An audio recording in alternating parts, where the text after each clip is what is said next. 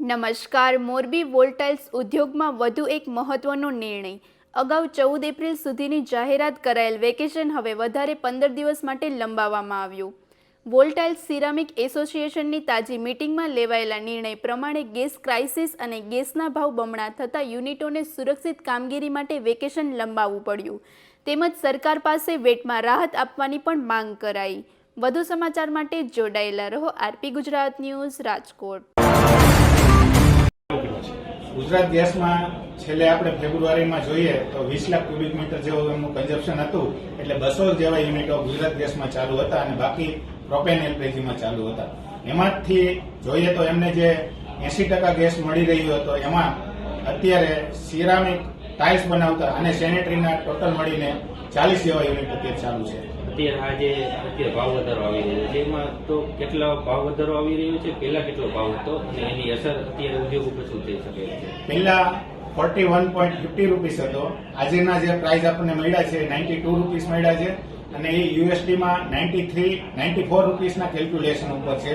તો અત્યારે માર્કેટમાં જે પ્રમાણે ડોલર પણ વધી રહ્યો છે એ જોતા 105 રૂપિયા ટેક્સ સાથેના પ્રાઇસ મળતા હોય, જે માર્કેટમાં સિરામિક પ્રોડક્ટમાં, એક્સપોર્ટમાં અને ડોમેસ્ટિકમાં બંનેમાં પ્રશ્ન ઉભા થતા હોય અને એ પ્રમાણે અમારા કસ્ટમર લેવા પણ અત્યારે તૈયાર નથી. આપણે આવનારા દિવસોમાં અત્યારે ફેક્ટરી ચાલુ કરવાની વાત હતી, તો આ જે ભાવ વધારો છે એમાં ફેક્ટરી ચાલુ થઈ શકે એમ હોઈ શકે એમ છે કે આના કારણે ફેક્ટરીનું નુકસાન થઈ શકે? હાલમાં જે પ્રાઇસ મળે છે એમાં ફેક્ટરી સર્વાઈવ થઈ શકે એવી કન્ડિશન નથી.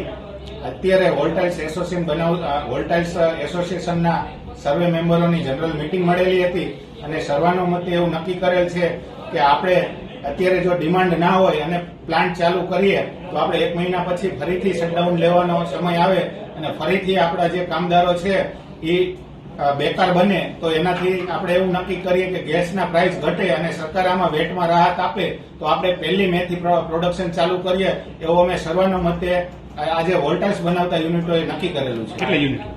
આ વોલ્ટાઇલ્સ બનાવતા અત્યારે 161 યુનિટોએ સર્વસંમતિ આપેલી છે.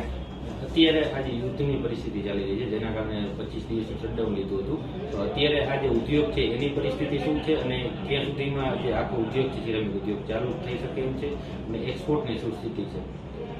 આમ જોઈએ તો ઉદ્યોગમાં તો બહુ નુકસાન હોય, કારણ કે એમને બેંકના હપ્તા ચાલુ હોય, શ્રમિકોના પ્રશ્ન હોય, ઉદ્યોગકારોને ઘણી બધી ઇન્ડસ્ટ્રી છે, સોલાર પ્લાન્ટ પણ લગાવેલા છે, એટલે એના પણ લોનના હપ્તા ચાલુ હોય. એટલે મંદીમાંથી જ આમ તો છેલ્લા ઘણા સમયથી આ સિરામિક ઉદ્યોગ સફર કરી રહ્યો હતો અને એમાં જ્યારે આ પરિસ્થિતિ આવી એટલે ઉદ્યોગોને ટૂંકા ગાળાનું તો નુકસાન છે, પણ લાંબા ગાળે પણ ઘણું નુકસાન થવાનું છે. એક્સપોર્ટ માર્કેટની અંદર જે જીસીસી કન્ટ્રી છે એમાં આપણે 25% જેવું એક્સપોર્ટ થઈ રહ્યું હતું, એ પણ હવે 2 વર્ષ સુધી આપણને એમાં શક્યતા બહુ દેખાતી નથી. અને આપણો કોમ્પ્યુટર કન્ટ્રી ચાઇના છે, એટલે એની સામે આપણી પ્રોડક્શન કોસ્ટ વધી જતી હોય, આપણને એક્સપોર્ટ માર્કેટમાં પણ મોટું નુકસાન જવાનું હાલ દેખાઈ રહ્યું છે. આપણે સાથે જે પ્રોપેન ગેસનો પણ વપરાશ થાય છે સિરામિક ઉદ્યોગમાં, તો એમની અત્યારે સ્થિતિ શું છે? સપ્લાય આપણને મળે છે કે કયા ભાવે મળે છે? હાલ પ્રોપેન અને એલપીજી એમનો સપ્લાય બંધ છે અને લાંબો સમય સુધી એ મળી શકે એવી કોઈ શક્યતા દેખાઈ રહી નથી. અને સિરામિક ઉદ્યોગ આપણે 25 દિવસ જેટલું શટડાઉન લીધું છે ને હજી આવનારા દિવસોમાં શટડાઉન વિચારી રહ્યા છીએ, તો ઘણી બધી મોટી સંખ્યામાં જે શ્રમિકોને એ લોકો કામ કરતા હોય છે, તો એમની સ્થિતિ શું છે અને શું કહેશો? ઉદ્યોગોમાં 25 દિવસનું ઓલરેડી શટડાઉન હતું. એ સમય દરમિયાન તો હજુ પણ ડિસ્પેચ અને મેન્ટેનન્સ જેવા કામો ચાલતા હતા, એટલે 50% ક્યાંક શ્રમિકો અને કારીગરો ફેક્ટરીની અંદર નોકરી માટે આવતા હોય, પણ જ્યારે હવે 1 મહિનાનું શટડાઉન આવી રહ્યું છે ત્યારે મોટા ભાગના લોકોને ઘરે બેસવું પડે એવું દેખાઈ રહ્યું છે, કારણ કે ફેક્ટરીઓ પણ 15 થી 25 દિવસની વચ્ચે એમનું મેન્ટેનન્સ અને બીજા કામ પૂરા કરી લીધા હોય છે. ગેસના આ જે અસહ્ય જે ભાવ વધારો આવ્યો છે એ બાબતે આપણે ક્યાં સુધી રજૂઆત કરવામાં આવશે ને શું કરવા? મોરબી સિરામિક એસોસિએશન સાથે ગુજરાત ગેસ અને ગુજરાત સરકાર સંપર્કમાં છે. એમને પણ સસ્તો ગેસ મળી રહે એવા સરકાર પણ પ્રયત્ન કરી રહી છે.